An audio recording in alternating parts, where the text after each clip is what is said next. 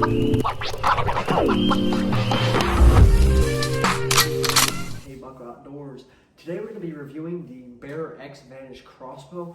This was my first crossbow ever. I'm looking to upgrade relatively soon, but I'm going to give you the overall specs of this, information about it, at least as much as I can find, and my honest thoughts of it. I've had this crossbow for almost 3 years now.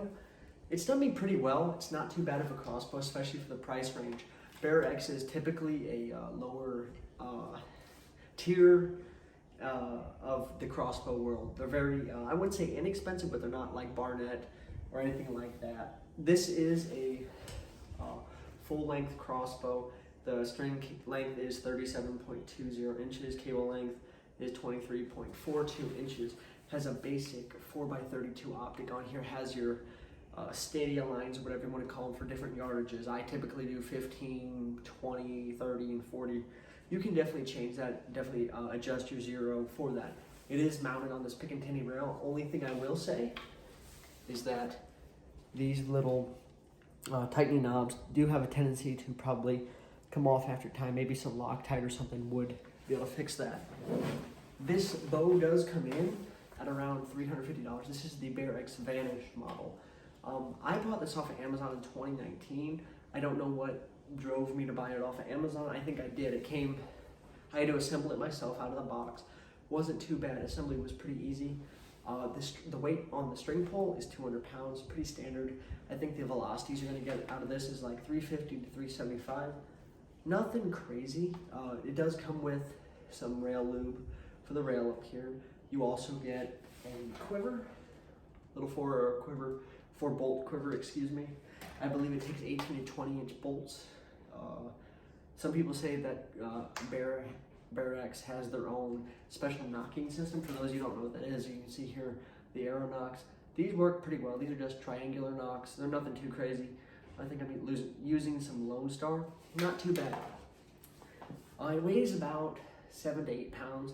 Nothing too crazy. It is a full stock. You can't really adjust this. I know they have some models with the adjustable stock, which are pretty cool. Nice thing about this one, it does come with sling mounting points. So I do have a Southland Archery Supply padded archery sling on here. Not too bad. The mechanism to put the quiver onto your bow is pretty simple. You have a little notch right here, and you just slide it into this. I'll do a close-up of this at the end of the video, and then you basically just put this little notch over until it clicks down all the way, and you're good to go. I haven't had too many issues with this. Up here you can see that there's some Allen key holes to tighten up the front little thing where you put your foot to draw it back. That does have a tendency to come loose over extended use. Not too bad though.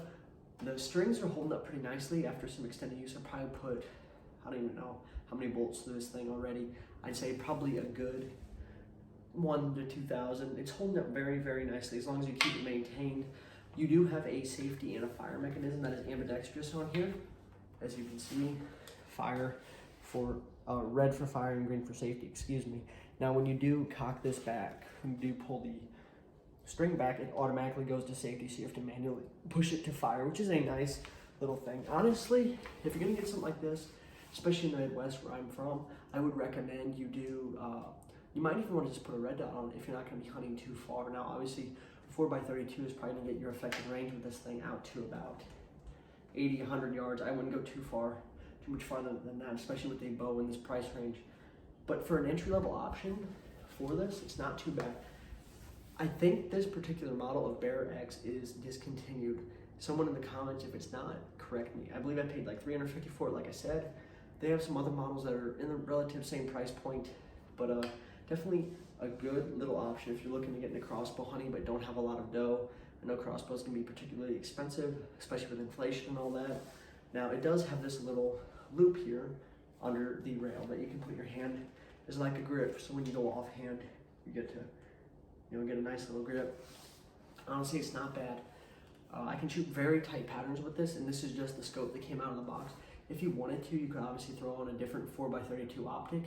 However, you wouldn't get those same stadia lines, so you'd have to adjust your zero for that.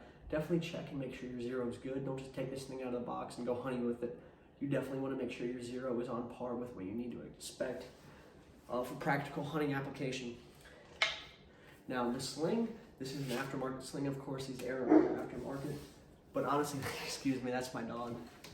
But all you really need to get up and started with this thing, since you do have the optic included, get yourself some bolts. I typically have about 20 bolts on hand. Gunner, quit it. My dog is acting up, I apologize. You need yourself a little cocking device. This is just a basic bar net. I picked that up for like $12 on Amazon, and then you probably need a sling. All right, I'm gonna show you guys a close-up and then we'll wrap up the video.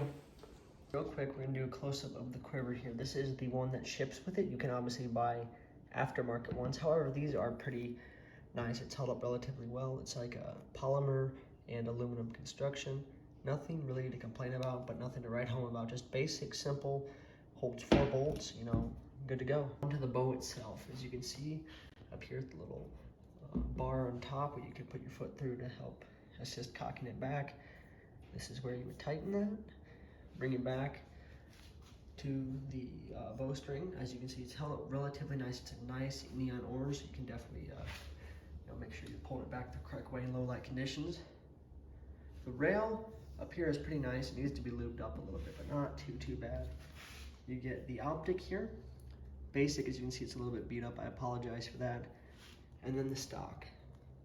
Just basic polymer construction. Trigger's pretty nice. You got about a 4.5 pound pole, not too bad. Nothing to write home about, but it's pretty basic, pretty good for the money. All right, so everybody, that is the Bear X Vanish. Let me know what you think down in the comments below. If any of you know if this is still a product that is being made by Bear X, drop a comment down below. I hope you all enjoyed today's video. Please have a fantastic day.